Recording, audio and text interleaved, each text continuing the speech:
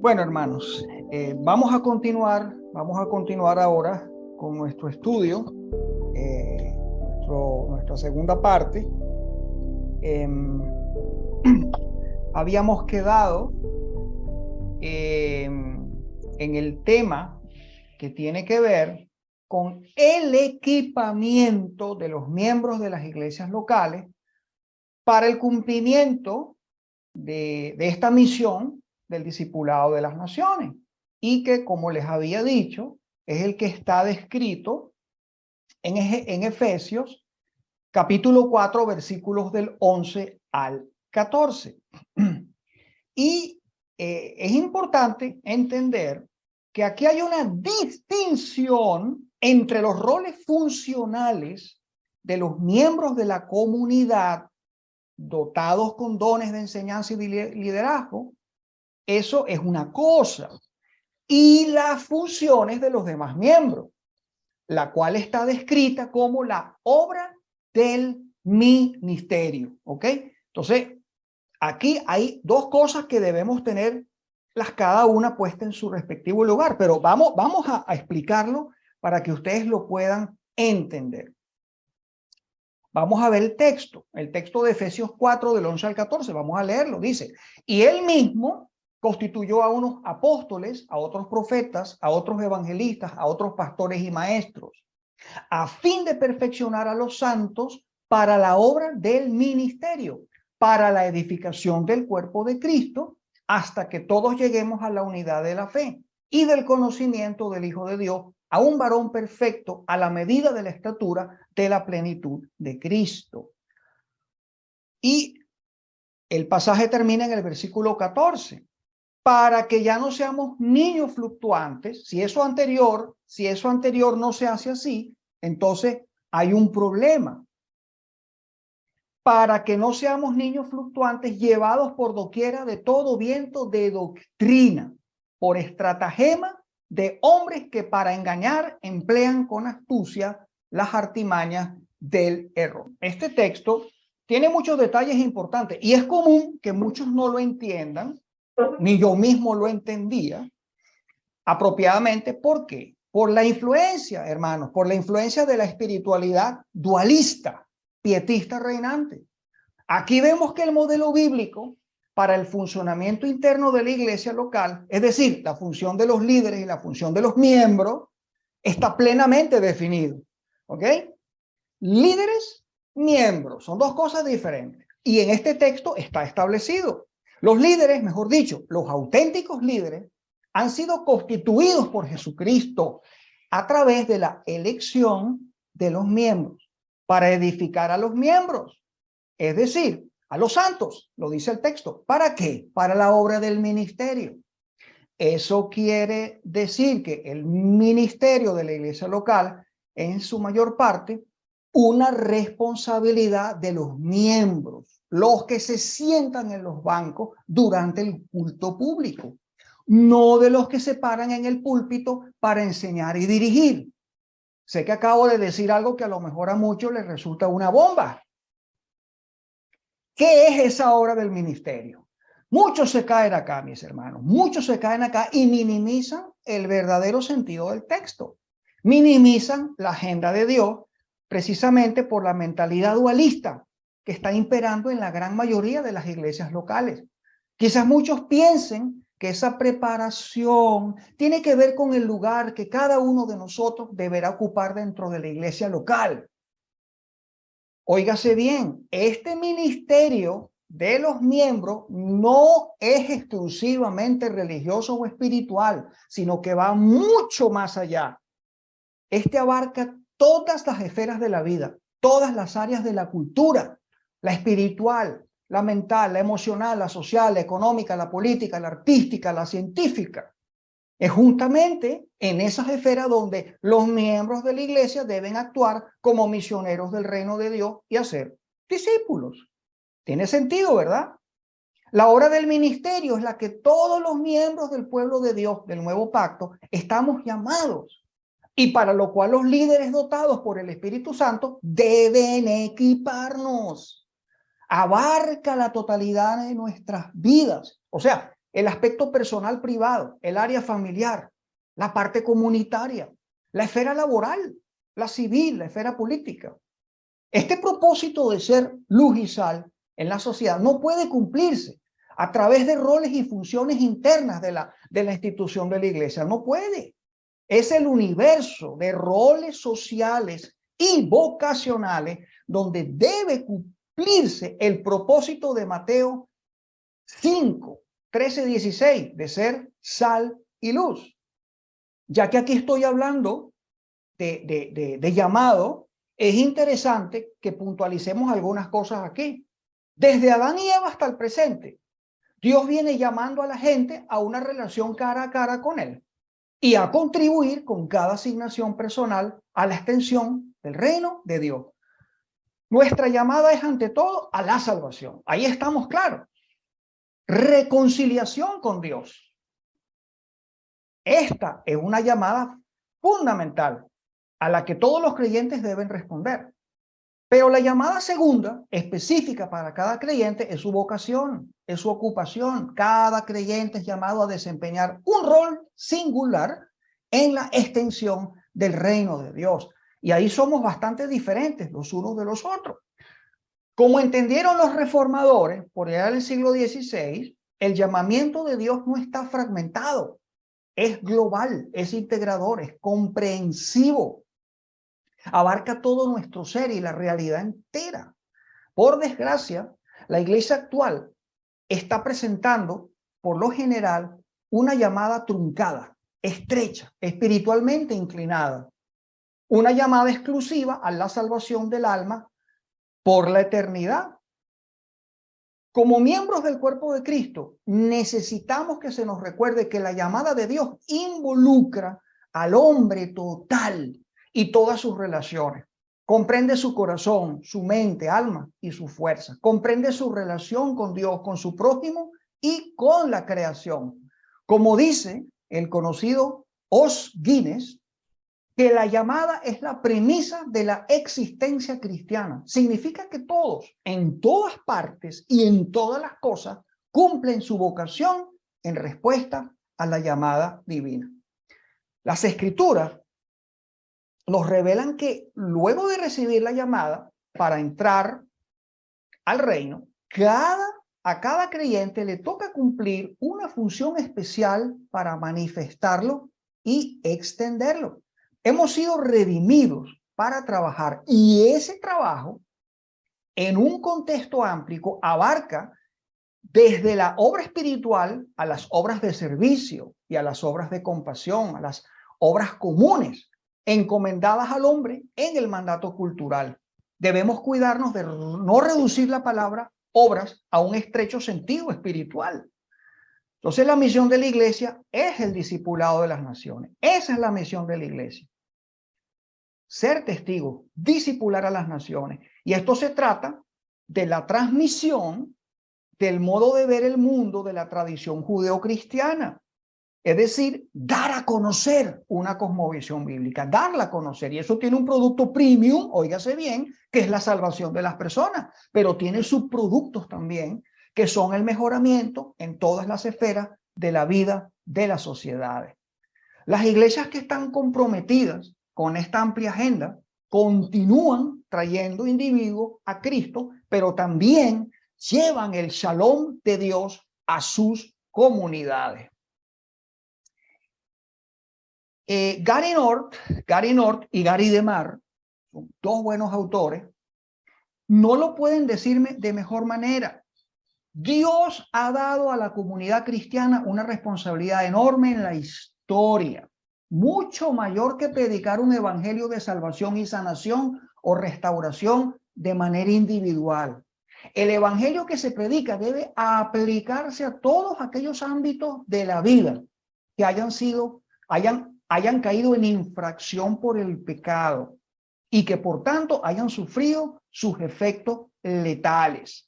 O sea que la iglesia y los evangelistas deben predicar el evangelio bíblico completo de redención integral para la creación entera, no solo para ganar almas en lo personal y nada más. Porque donde quiera reine el pecado, el evangelio tiene que estar allí operativo, transformando y restaurando.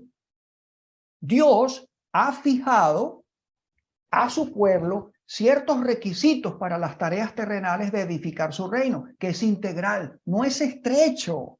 Y los cristianos estamos escrituralmente obligados a participar de forma muy activa en esa edificación de la parte visible del reino de Dios.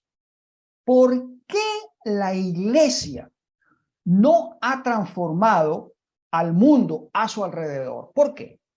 A un nivel global, quizás la principal causa es la falta de un entendimiento bíblico de las intenciones de Dios para su iglesia. Por eso estamos analizando este concepto de la naturaleza y propósito de la iglesia. Sin un entendimiento bíblico del gran papel que está llamada a desempeñar, la iglesia de Jesucristo no podrá tener pasión ni cumplir las intenciones de Dios. En el transcurso de la historia, la iglesia usualmente entendió, y óigase bien esto, óigase bien. Yo me molesto muchas veces porque a mí muchas veces hermanos me reclaman. Hermano, pero usted, ¿en qué lío se ha metido? ¿Qué estás predicando? ¿Qué es eso? Y yo les doy ejemplos y digo, pero vayan a la historia, no se queden estancados en el siglo XXI. Váyanse atrás y escuchen la voz que clama desde 200, 300, 500, 1500 años y vean qué hizo la iglesia. Entonces, en 2000 años, la mayoría de las veces la iglesia entendió, hermanos, que la transformación social y cultural era parte esencial de su tarea. La gran mayoría de las iglesias cristianas que nos rodean ya no creen esto, ya no creen esto. Si tú también lo sigues creyendo, bueno, yo te desafío, pues, te desafío con esta serie de estudios hasta el final, para que lo puedas entender y puedas ver estos videos una y otra vez. Y hay muchos otros videos, enseñanzas y libros. Mira sin prejuicio, mi querido hermano, cómo la iglesia en muchas generaciones ha impactado al mundo a su alrededor. Las escrituras nos muestran a un Jesús que no solo enseñó, sino que también anduvo haciendo el bien. Desde entonces, el evangelismo y la preocupación social han estado íntimamente relacionados. Son como las dos caras de una moneda. Podemos caer en el extremo de solo atender el área espiritual e ignorar las otras áreas, que es lo que está pasando en el día de hoy. Caer en cualquier extremo no es bueno, ya sea que nos enfoquemos solo en lo espiritual o que atendamos solamente el área social, que eso ha pasado también. Recordemos que la agenda de Dios para restaurar todas las cosas se presenta en lo que se conoce como el ministerio integral, mi amor, hermano. Esa frase, ministerio integral, grábela en su mente. El ministerio es integral, ¿sí? No es un ministerio solitario, individual, egoísta, es integral. Eso es lo que nosotros estamos hablando aquí. Recuperar la cosmovisión bíblica tiene que ver con que entendamos que el evangelio es el evangelio del reino, es un ministerio integral. Y, como les digo, está basado en el evangelio completo para nuestras vidas. Consiste en ministrar a la persona en forma completa e integral y a la totalidad de la creación, basado en la plenitud ¿de qué? De la comisión y de la agenda de Dios. Muchas veces, cuando hablamos del ministerio integral del evangelio, fíjense, muchas veces nos dicen cosas como que, hermano, veo que estás muy enfocado y preocupado por las cosas sociales. Y eso no es a lo que la iglesia está llamada, hermano. ¿Por qué camino te has metido? Ve, mi hermano, sal a evangelizar. Ve a ganar almas, ya que si no estamos evangelizando al perdido, no estamos haciendo nada. Hermanos, esto no es así. Esto no es así. La misión de la iglesia es transmitir una cosmovisión. Eso traerá corazones regenerados, pero también traerá transformaciones culturales importantes. ¿Puede ser esto posible? Claro que sí. Solo cuando la iglesia es diligente a su llamado. ¿Cómo fue entonces que los reformadores y sobre todo Calvino lo lograron? ¿Cómo lo hicieron entonces? Ah, no, Dios tiene derecho preferencial en el siglo XVI, nada más. Él hizo esa obra ahí, pero no la va a hacer más nunca. No, mi hermano. Ellos sí que pudieron transmitir una cosmovisión bíblica, lo hicieron. Y ellos lo hicieron no dando conferencias de cosmovisión, sino predicando las escrituras. Cuando se hace esto con una cosmovisión bíblica correcta, porque yo puedo predicar las escrituras y predicarlas sin una cosmovisión bíblica correcta. Entonces, la aplicación de la escritura transmite y forma una cosmovisión en la gente. Y esa cosmovisión es la que mueve a la gente a actuar en la sociedad. Eso lo voy a dejar para la última sesión. La predicación que realmente cambia la cosmovisión. Tiene mucho que ver, precisamente por lo que acabo de decir de Efesios capítulo 4, versículos 11 al 14. Vamos a la iglesia para que podamos moldear una cosmovisión bíblica a través de lo que nos enseñan, la capacitación que nosotros estamos recibiendo en la iglesia. Entonces, fíjense lo importante que es eso, hermano. La cosmovisión bíblica se transmite explicando las escrituras y lo más importante que es aplicando la escritura a la vida real y no a la vida virtual de la religión. Y es allí donde está el problema. La vida no es religión, hermano. La vida es la creación, es la escuela, son los negocios, es el gobierno, el entretenimiento, las artes, lo real, la calle. Y el propósito de Dios es que su gloria se vea en la vida real, no en la religión. La iglesia ha caído en la trampa de encerrarse en la religión, lo cual fue un vicio del cristianismo medieval. Y lo tenemos aquí metido en la iglesia. Ya para terminar esta parte, ¿qué es la iglesia? ¿Cuál es su misión? Bueno, ya lo hemos dicho montones de veces. ¿Qué es lo que representa la iglesia en este mundo caído? Ya lo hemos dicho hasta aquí. Si ella es el cuerpo de Cristo y meditas en lo que fue el ministerio que tuvo el Señor durante su vida terrenal, tienes que conocer los evangelios, tendrás la respuesta. Dios tiene una agenda. Él, el Señor, es muy organizado, infinitamente, sabiamente organizado. Esa agenda no es la que muchas iglesias enseñan. Su agenda es gloriosa, es grande, es integral, es comprensiva. El interés y el plan de Dios cubre toda la creación. Esto claramente incluye, sí, la salvación espiritual de todos los que están muertos en delitos y pecados. Eso lo sabemos. Sin embargo, cuando los creyentes y las iglesias expanden su interés y su ministerio más allá de lo espiritual, refleja las buenas nuevas de las intenciones de Dios de reconciliar todo lo que se dañó durante la caída. La escritura es muy clara cuando nos enseña que esa gloriosa agenda no se completará plenamente sino con la segunda venida de Cristo. Y como dicen las escrituras, a quien de cierto es necesario que el cielo reciba hasta los tiempos de la restauración de todas las cosas. Mientras tanto, la iglesia debe comprometerse en toda esa agenda. El mundo entero va a ser purificado del mal y va a ser lleno de la gloria de Dios. ¿Sí?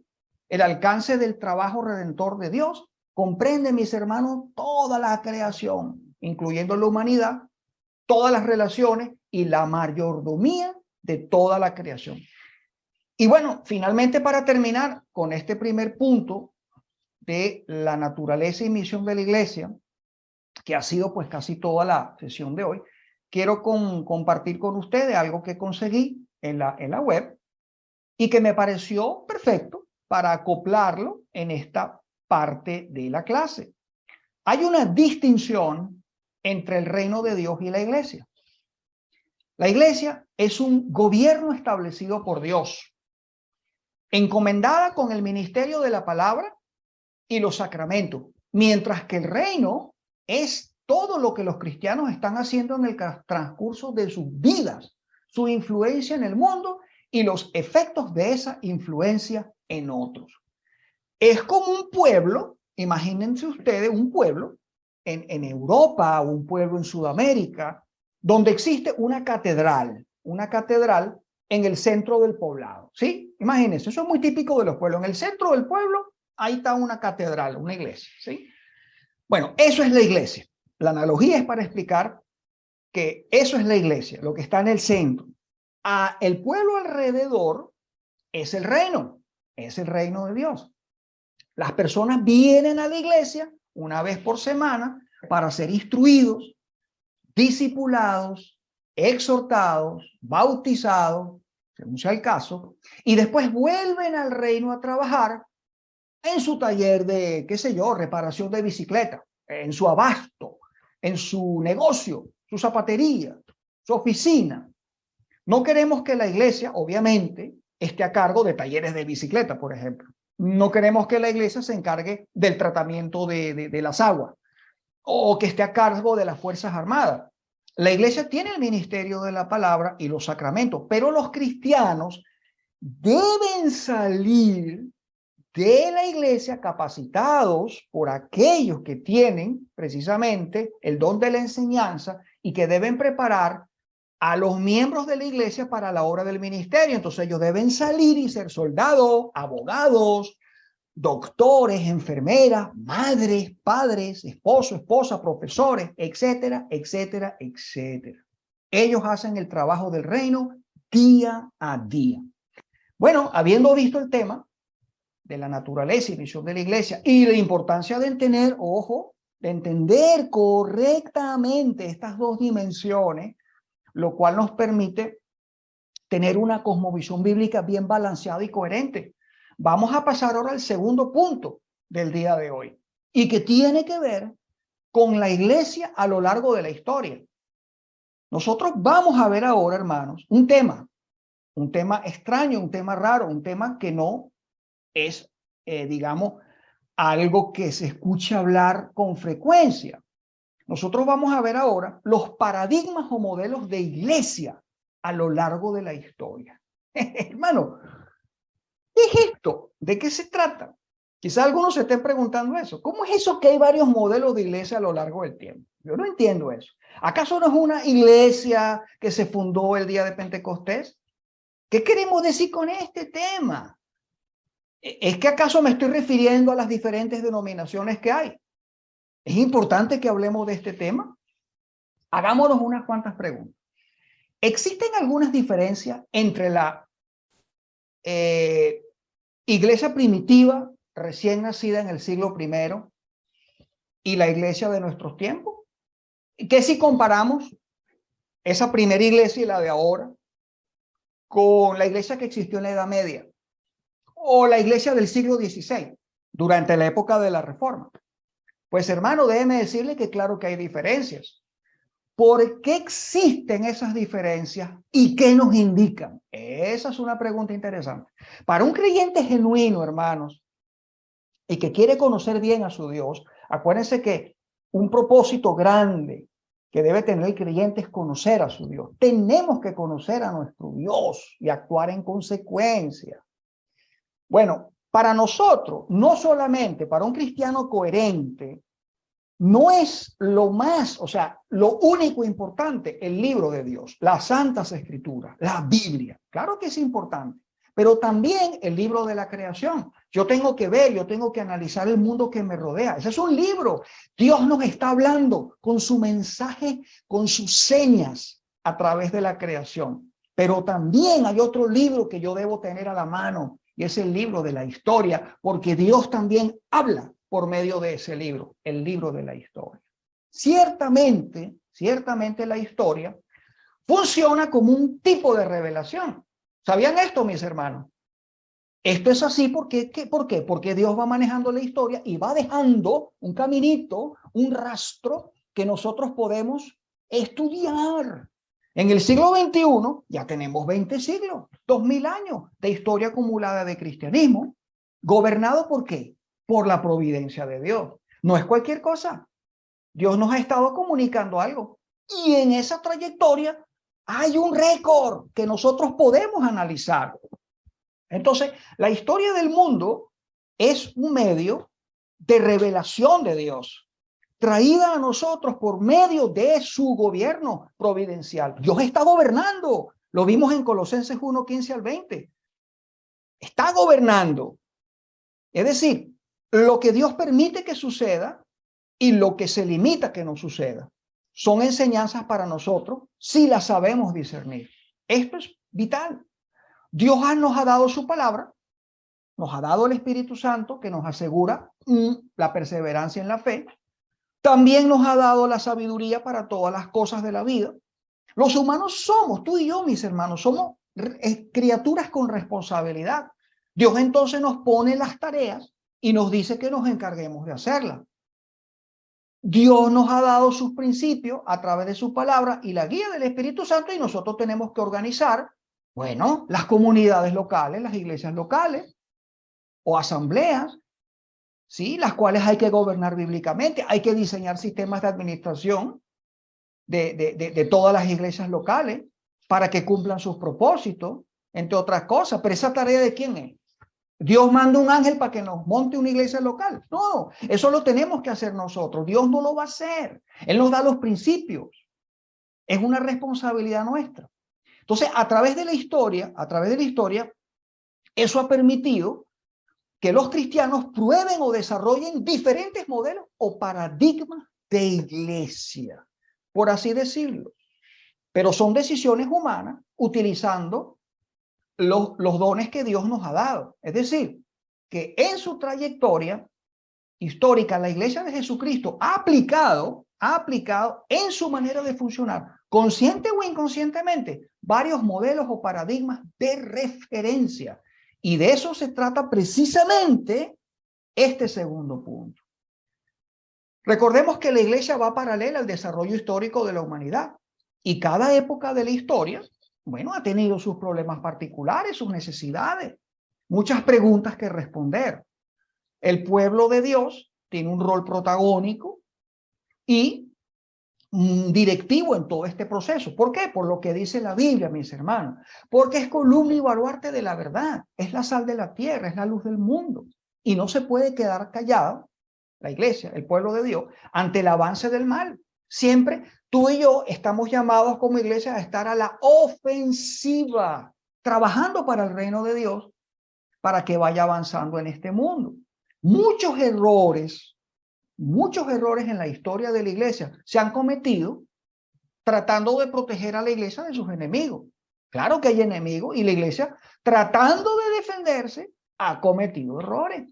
Entonces, ese temor de que las fuerzas del mal fueran a reducir el evangelio y la expansión del reino, ha llevado a los líderes de iglesia en diferentes épocas de la historia a tomar medidas contrarias a la naturaleza del reino y que finalmente terminan perjudicando. De manera que cuando hablamos de paradigmas o modelos de iglesia, no quiere decir que todos sean perfectamente brillantes. Unos han sido mejores y otros han sido peores. Esa palabra paradigma se usa mucho en la ciencia y en los negocios y significa un modelo que explica los fenómenos de la vida de una manera coherente, una palabra técnica. Y sí, es como una cosmovisión, pero más bien es como la aplicación práctica de la cosmovisión. De hecho, cuando vimos los sinónimos de cosmovisión, utilizamos esta palabra paradigma. ¿Ok? Cuando un científico pasa de un paradigma a otro, cosa que se da con mucha frecuencia, es como si habitara en un nuevo universo. Es decir, no es que los fenómenos que estudian han cambiado, no cambian. Es que su modelo de interpretar la información de los experimentos ahora se basa en presuposiciones para interpretar la data, que es como si estuviera habitando en otro universo interpretativo. Y por eso este tema de las cosmovisiones es tan importante, porque en la ciencia esto ha pasado. Y hay muchos otros ejemplos muy interesantes que nosotros podemos también tocar de cambios de paradigma. Hubo un cambio de paradigma, por ejemplo, cuando la industria de la transportación humana eran los ferrocarriles, ¿sí? Entonces, claro, se descubre el avión, comienzan a pensar en la transportación aérea, puede transportar más personas, y entonces los dueños de los ferrocarriles dijeron, no, nosotros estamos hechos para manejar ferrocarriles. Ellos no tenían en su mente el hecho de que ellos trabajan para transportar personas. Fíjense, hay un problema ahí de cosmovisión también.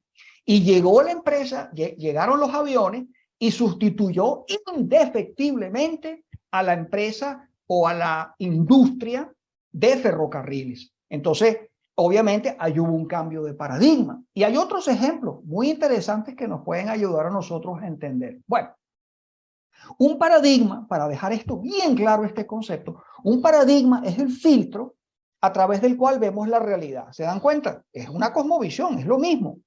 Está conformado por nuestras creencias y experiencias. Nuestros paradigmas nos pueden cegar a la realidad. Cuidado con esto. Podemos entonces, gracias a un paradigma, no ver claramente. Por ejemplo, varios ateos científicos conocidos operan dentro de un paradigma que les impide ver la abrumadora evidencia de la existencia de Dios. Bueno, eso lo sabemos. Del mismo modo, nuestra experiencia evangélica y nuestra percepción de la verdad pueden impedir que veamos lo que las escrituras aclaran abundantemente sobre, por ejemplo, la principal tarea que se nos asignó en la Gran Comisión, porque hemos estado hablando de eso. Entonces, ¿qué quiere decir esto, mis hermanos? Que en el día de hoy, como la Gran Comisión no se está viendo como realmente es porque hay un paradigma. Hay un problema de paradigma y eso es lo que estamos analizando con esta serie de los paradigmas. Quiero que lo tengan bien claro. Entonces, la clasificación de los modelos de iglesia, oigan bien esto, hermano, no estamos siendo arbitrarios. Somos llamados a clasificar. Los seres humanos tenemos uso de la razón y podemos hacer esto. Nosotros podemos hacer esto. Y esta clasificación, hermano, no es parte y no es conclusión de algún estudio exhaustivo que se haya hecho. No, no es así. Aquí seguimos un poco, sí, un esquema más o menos parecido que usa un experto en misiones que se llama David Bosch, ¿ok? En su libro, en un buen libro. Y aportando un poco nosotros en base a la observación histórica. Nos vamos a atrever a proponer 5 paradigmas básicos o modelos de iglesia a lo largo de los últimos 2000 años. De repente usted me dice, hermano, considere este sexto o este séptimo. Bueno, yo lo considero también y lo estudiamos juntos. O 4, porque también algunos dicen que son 4. Bueno, vamos a empezar a analizar uno por uno. Fíjense ustedes. La iglesia primitiva. En sus primeros años, la iglesia de Jerusalén, lo vemos en Hechos capítulo 2, operó como una especie de familia extendida. Entiéndase bien esto. Tenía el mandato, esa iglesia, de ir por toda Judea, por Samaria, hacia todo el mundo, pero ¿qué les pasó? Se quedaron en Jerusalén. Pero luego Dios, entonces, bueno, orquestó las circunstancias a levantarse todo el mundo, a migrar, ¿sí? Hacia todo el mundo, ¿ok? Entonces, ya ustedes saben lo que sucedió. El plan de Dios no era que a través de los siglos la iglesia funcionara dentro de la sociedad como una familia extendida, no, que sustituya el concepto creacional de familia que Dios nos dijo en Génesis. Obviamente que no. Ese primitivismo, muchas veces de querer mirar en esa iglesia naciente del siglo I en Jerusalén, descrita en Hechos capítulo 2, como el modelo ideal de la iglesia para todos los tiempos. Hermano, eso es un error. Y es algo que escuchamos muchas veces de buenos hermanos. Ojalá y fuéramos como la iglesia primitiva. Miren, aquello fue una iglesia recién nacida. Es una iglesia en bebé, en pañales. Aquella primera iglesia ciertamente tenía todo un mundo pagano por delante al cual llevar el evangelio del reino. En aquel primer periodo de la iglesia, el Espíritu Santo, el primer impulso que puso en los hermanos de Jerusalén fue formar una comunidad donde había una, valga la redundancia, una comunidad de bienes. Era el nacimiento de una realidad histórica que iba a volver cada vez más, se iba a volver cada vez más compleja a través del tiempo, en la medida que la humanidad se fuera volviendo cada vez más compleja. Pero empezó de manera simple en la comunidad de Jerusalén. Uno de los referentes que hemos estado usando, Bob Moffitt, él dice que los seguidores de Jesús en la iglesia primitiva esperaban el pronto regreso de Cristo. Y ellos estaban llenos de fe, de celo, de amor. Ellos compartían voluntariamente sus posesiones los unos con los otros. Y esta generosidad causó un gran impacto. Los no creyentes no tan solo observaron y se beneficiaron de esa dadivosidad, sino que la expansión del evangelio estuvo fundamentada y subsidiada por el dadivoso sacrificio de estos humildes creyentes por medio de sus ofrendas y servicios. Bueno, eso fue el primer paradigma. El segundo paradigma, que muchas veces el primero lo unen con el segundo y es como si fuera uno solo. Bueno, lo podemos hacer, es como vamos a continuar. ¿Qué pasó después de cierto tiempo? En el año 70, las cosas cambiaron para la iglesia. Entonces, entramos en este segundo paradigma, que es la iglesia perseguida, ¿sí? Entonces, en los siglos 2 y 3 y parte del 4, la iglesia funcionó como una minoría religiosa perseguida dentro del Imperio Romano. Recordemos que los antiguos recibieron la revelación bíblica fresca, o sea, nuestros hermanos del siglo 1, 2, 3, ellos tenían la revelación fresca y muchos de ellos vivieron como auténticos héroes de la fe. En el transcurso de la historia, la iglesia usualmente entendió, y eso ya lo dije anteriormente y lo voy a volver a repetir, la iglesia entendió usualmente que la transformación social o cultural era parte esencial de su tarea. Algo que la mayoría de las iglesias en el día de hoy no creen, pero sí lo creyeron aquellas primeras generaciones durante los primeros 3 siglos. En los siglos segundo y tercero, la iglesia se expandió por el norte de África, Arabia e India y alcanzó todo el mundo grecorromano para finales del siglo V. La iglesia primitiva se caracterizaba por su generosidad y sacrificio. En aquellos siglos, la iglesia estuvo caracterizada por las persecuciones y las ejecuciones de miles de creyentes. Sin embargo, la iglesia creció y de hecho, la iglesia y su visión de la humanidad cambiaron a la antigua Roma. ¡Wow! Esto ha sido llamada la transformación social más grande en las culturas occidentales en los últimos 2 milenios. ¿Qué fue lo que la iglesia primitiva hizo que transformó naciones enteras? ¿Qué fue lo que hizo? Bueno, aquí nosotros podemos citar al científico social Rodney Stark, quien examinó la relación entre la transformación social y la iglesia primitiva.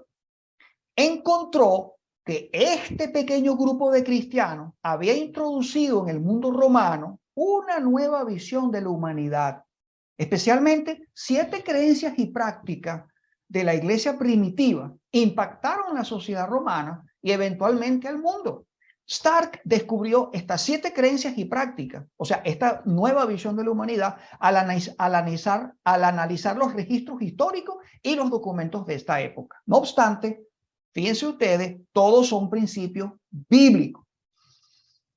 Entonces, ¿cuáles fueron estas 7 prácticas que Stark identificó?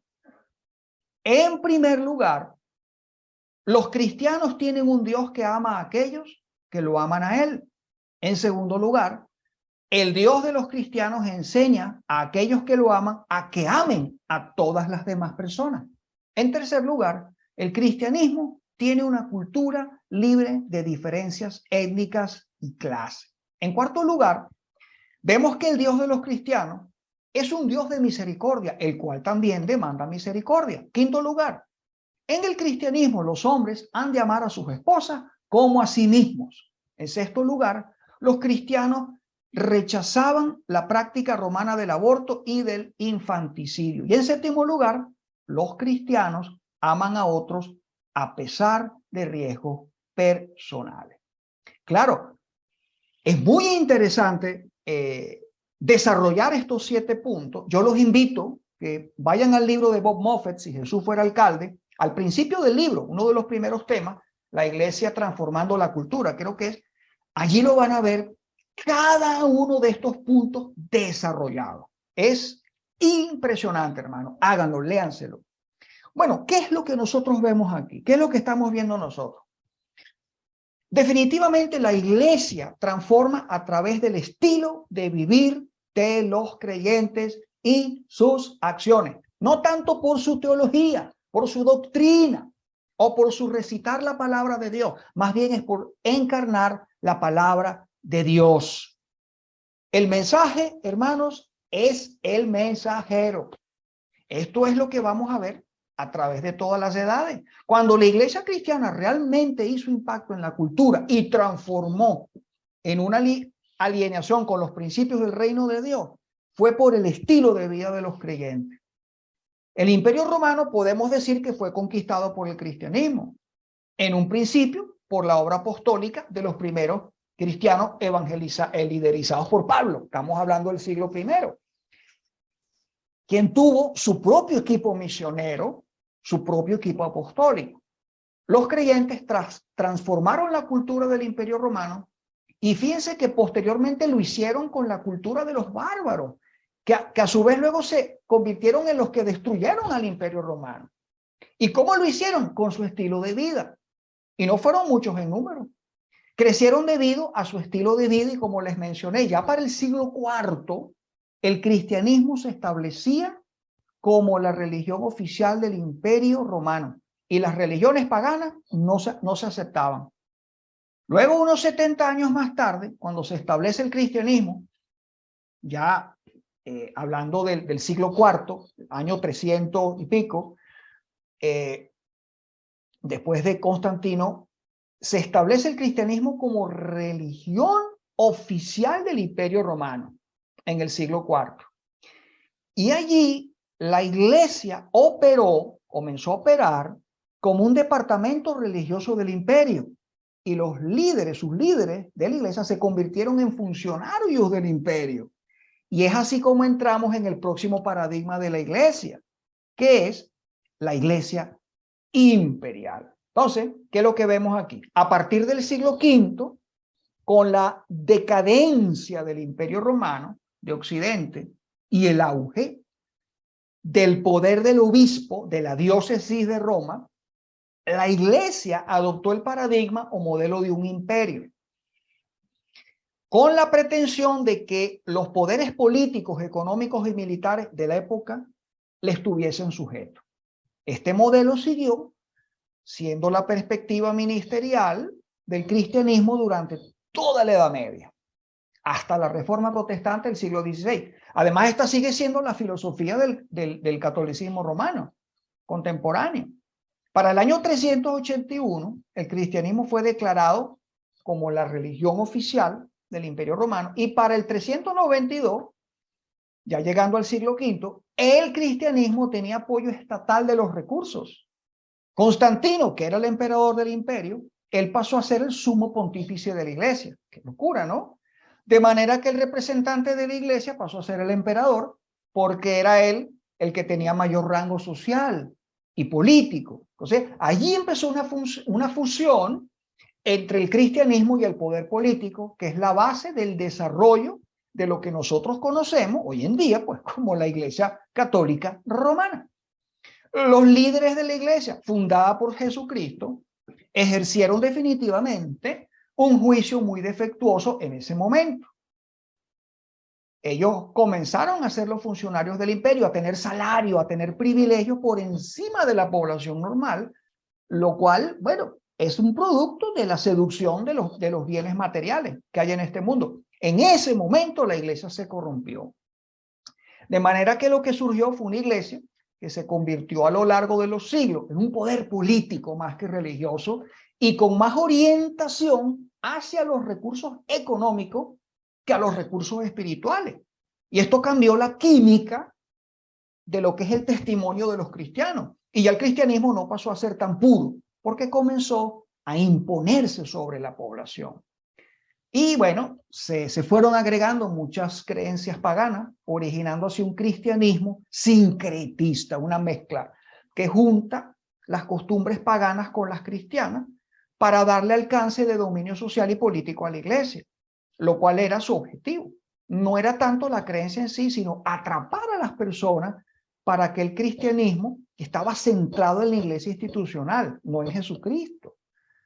¿Ok? ¿Por qué? Porque la Iglesia Católica Romana concebía que ella era el reino de Dios. Y como el reino de Dios, como es el reino de Dios, todos los poderes temporales deben estar sujetos a la iglesia. ¿Se dan cuenta?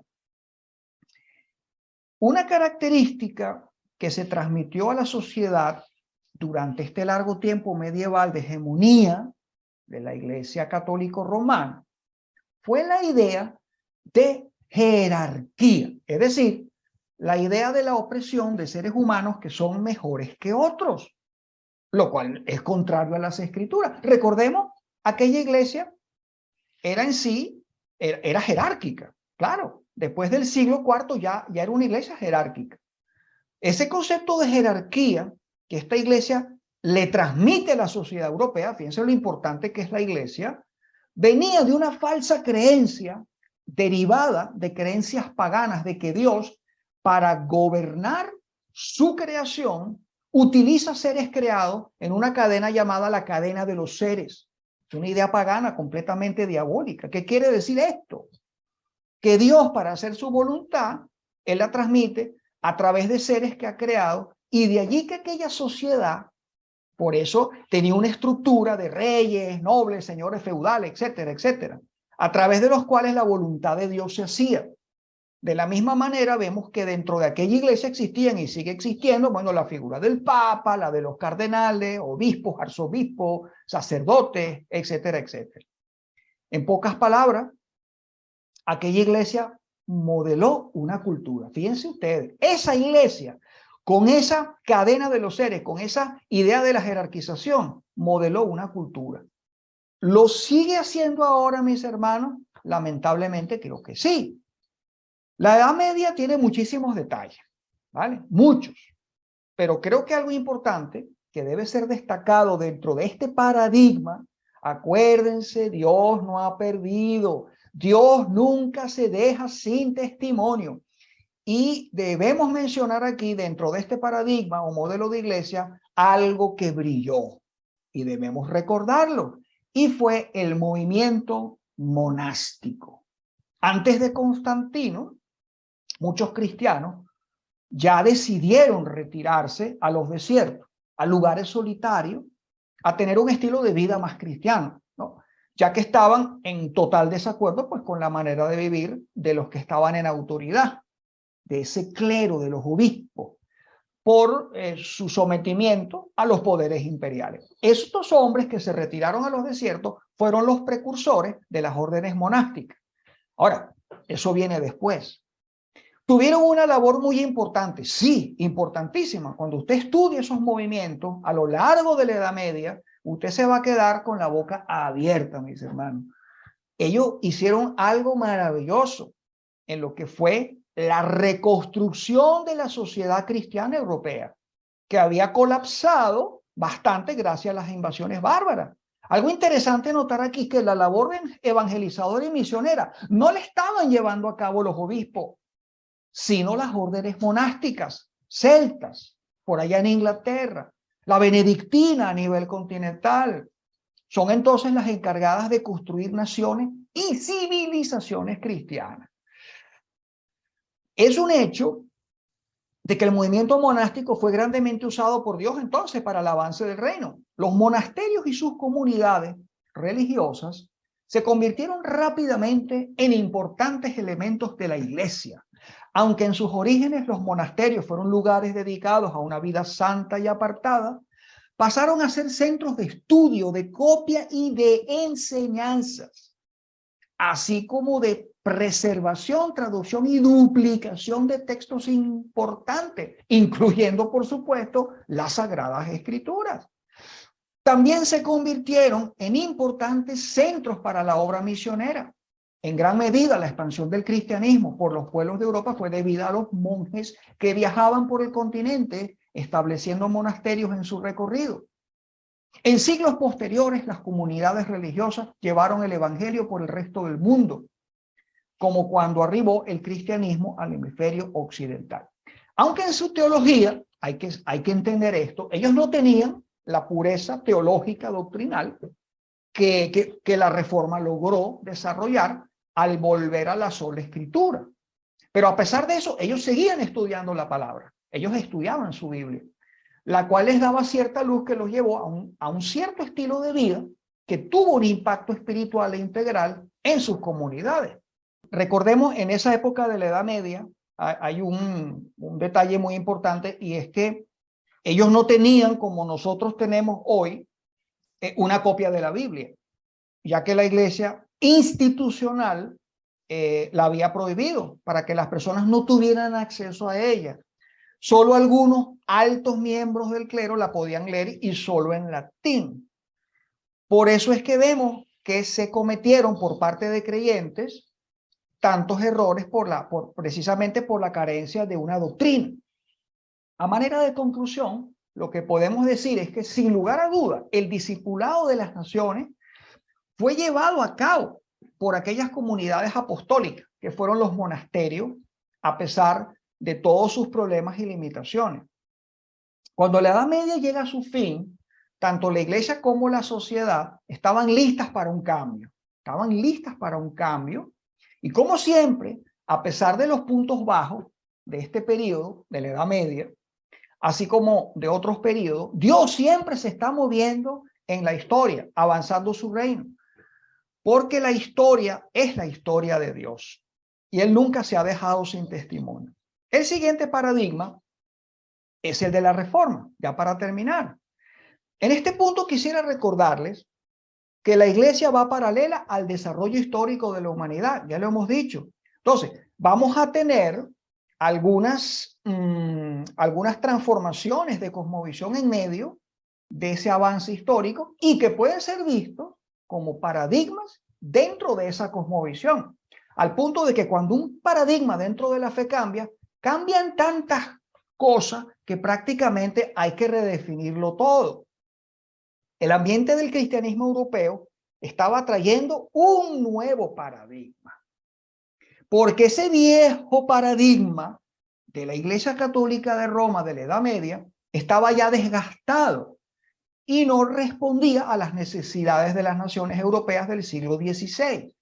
Los conceptos artísticos y filosóficos de la Edad Media se habían agotado, y eso hizo que los europeos se fueran a las fuentes antiguas de Grecia, a las fuentes antiguas de Roma y del cristianismo, para buscar nuevos paradigmas, para ver hacia dónde debía ir la sociedad.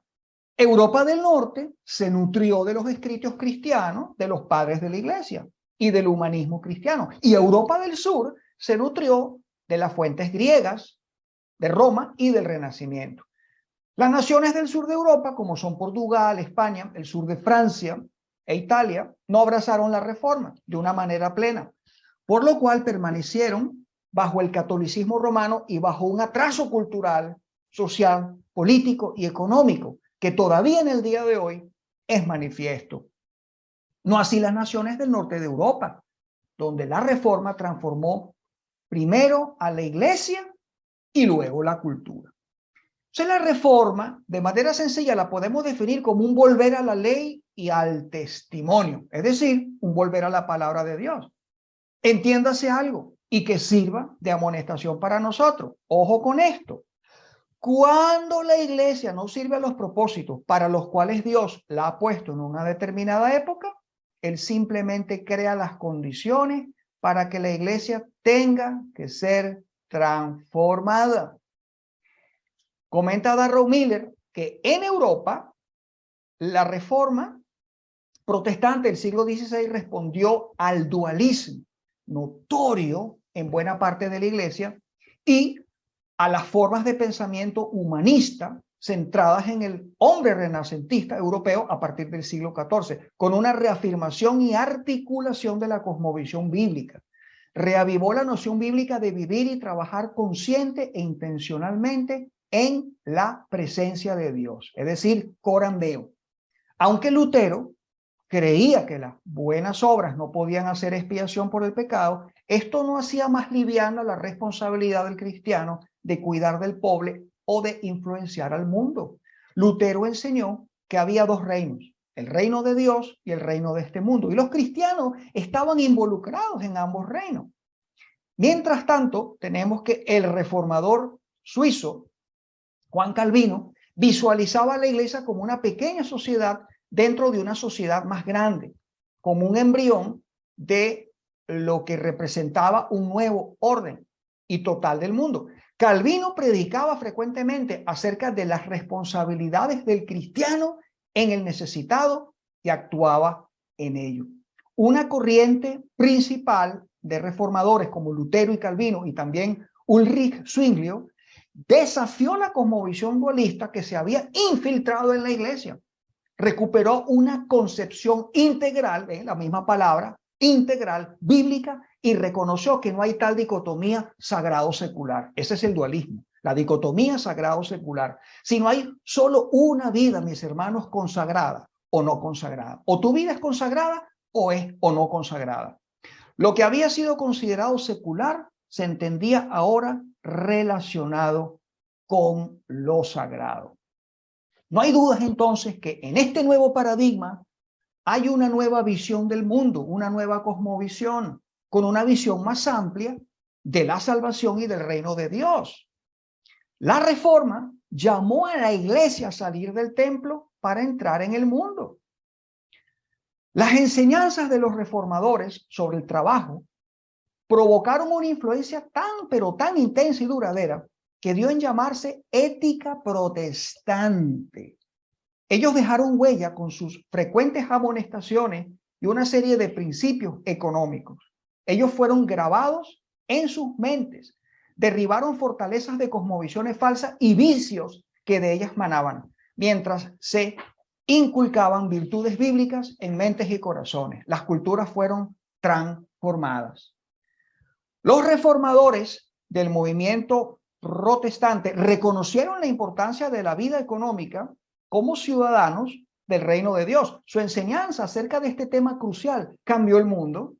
Los historiadores de la economía han reconocido que la cosmovisión bíblica que enseñaron los reformadores fue el principal factor que sacó a naciones enteras de la pobreza gracias al desarrollo social de las clases medias. Y escúchese bien, cuando aquí habla, ¿verdad?, de historiadores de la economía, no son creyentes, son investigadores. Ellos no creen en Jesucristo y ellos llegaron a esa conclusión que fue la cosmovisión bíblica la que trajo desarrollo y transformación cultural a Europa.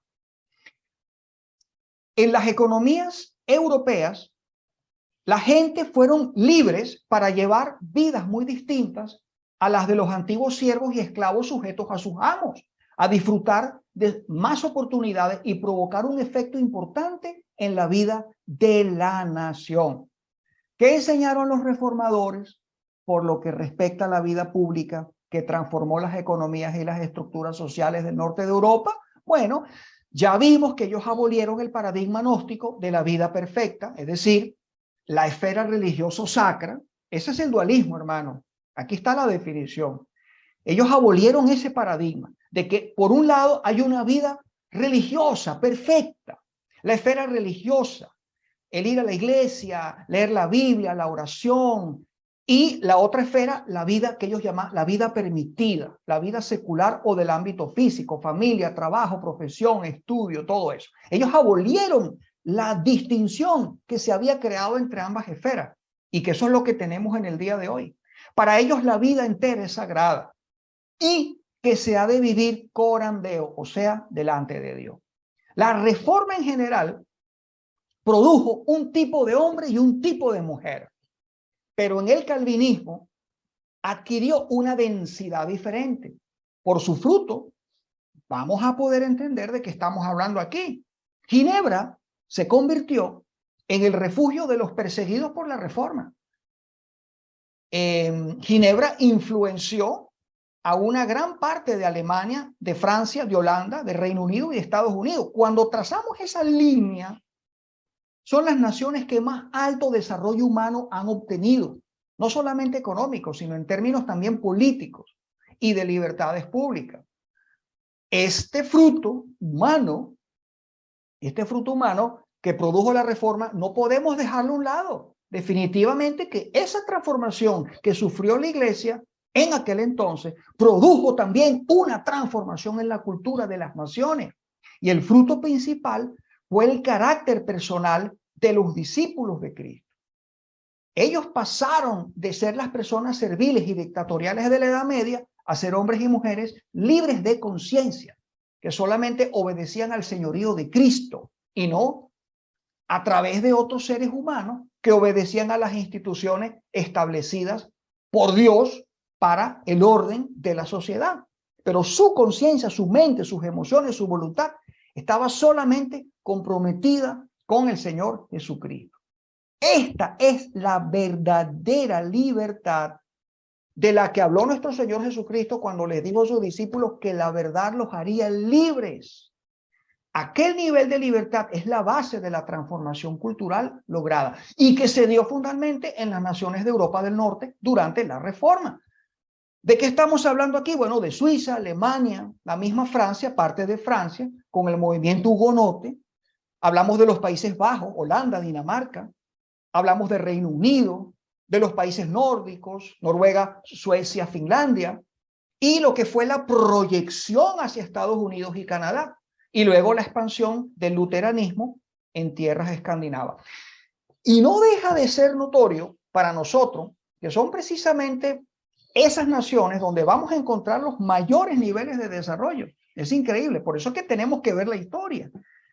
Y ya les dije, aquí tiene que ver no solamente el desarrollo económico, no, libertades públicas, calidad de vida, seguridad social, desarrollo intelectual y profesional, la ética del desarrollo, la ética del trabajo y la capacidad de expresión de la individualidad que Dios ha puesto en los seres humanos. Entonces, aquí vemos que el discipulado que produjo la Reforma en las naciones del norte de Europa fue un discipulado integral. Otra vez nuestra palabra fundamental, básica, que un discipulado integral basado en una cosmovisión bíblica. Y por lo tanto, tuvo un impacto transformador en todas las esferas de la sociedad. Cuando hablamos del discipulado de las naciones, tenemos como referencia entonces el impacto de la Reforma Protestante y la necesidad para un discipulado correcto de las naciones, entonces, de tener una cosmovisión bíblica que guíe a una práctica de iglesia, a una teología y a una práctica cultural que sean coherentes, donde la vida del desarrollo, del potencial, de la creación y de la sociedad sea visualizada como una tarea sagrada de los humanos delante de Dios e impuesta por Él, bueno, desde el mismo Edén, como hemos estado viendo desde Génesis capítulo 1. Entonces hasta aquí, hermanos, nuestra bien larga, ¿sí? Bien larga e instructiva e emocionante clase de hoy. Espero que haya sido de provecho para todos ustedes. Nos falta un quinto paradigma, sí, son 5, digamos 4, el actual, donde estamos tú y yo ahorita, es el paradigma que nos falta. Y lo desarrollaremos en la próxima sesión, junto con las conclusiones y algunas directrices importantes para que podamos iniciar un cambio importante. Estén pendientes esta semana que les enviaré también alguna información muy importante pues para profundizar. De manera que, bueno, bendiciones para todos y que tengan una buena semana.